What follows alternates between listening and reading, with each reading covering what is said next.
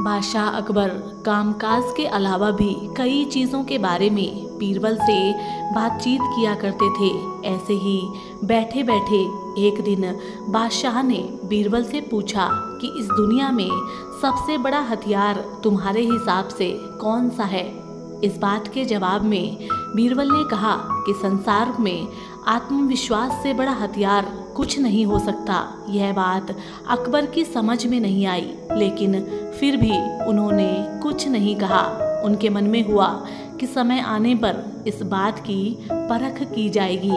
कुछ दिनों बाद राज्य में एक हाथी बेकाबू हो गया। पता करने पर समझ आया कि वो पागल हो गया है। उसे कर्मचारियों ने जंजीरों से जकड़ लिया था।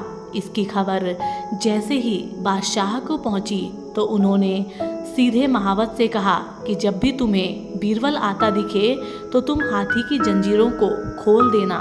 यह सुनकर महावत हैरान हो गया, लेकिन बादशाह का आदेश था, इसलिए सिर झुकाकर चला गया।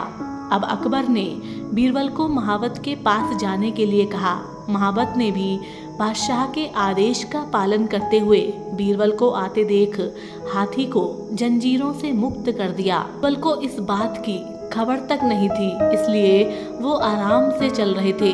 तभी उनकी नज़र चिंघाड़ते हुए हाथी पर पड़ी। जैसे ही उन्होंने देखा कि हाथी उनकी ही तरफ आ रहा है, वो कुछ समझ नहीं पाए।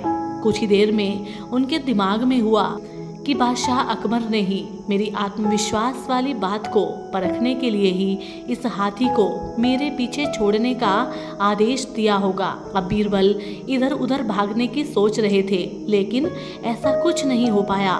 सामने से हाथी आ रहा था और अगल बगल में भागकर जाने की कोई जगह नहीं थी। इतने में हाथी बीरबल के काफी करीब पहुंच गया। तभी बीरबल ने सामने एक कुत्ते को देखा और उसकी टांग से पकड़कर हाथी की तरफ फेंक दिया। कुत्ता चीखते हुए हाथी से टकराया।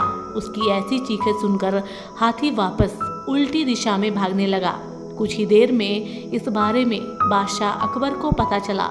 तब जाकर उन्होंने माना कि आत्मविश्वास ही मनुष्य का सबसे बड़ा हथियार है। तो साथियों, इस कहानी से हमें यह शिक्षा मिलती है कि हर किसी की बात पर यूं ही भरोसा नहीं कर लेना चाहिए। बात की जांच और परख करना आवश्यक है। दूसरी सीख यह है कि इंसान समय आने से पहले उम्मीद न छोड़े तो परेशानी से बाहर निकल सकता है। तो साथियों, हम उम्मीद करते हैं आज की ये शिक्षाप्रद कहानी आपको पसंद आई होगी और इसी तरीके की और कहानियों के लिए आप हमारे चैनल से जुड़े रहें। हम आपसे मिलेंगे एक और कहानी के साथ। तब तक के लिए नमस्कार, जय हिंद।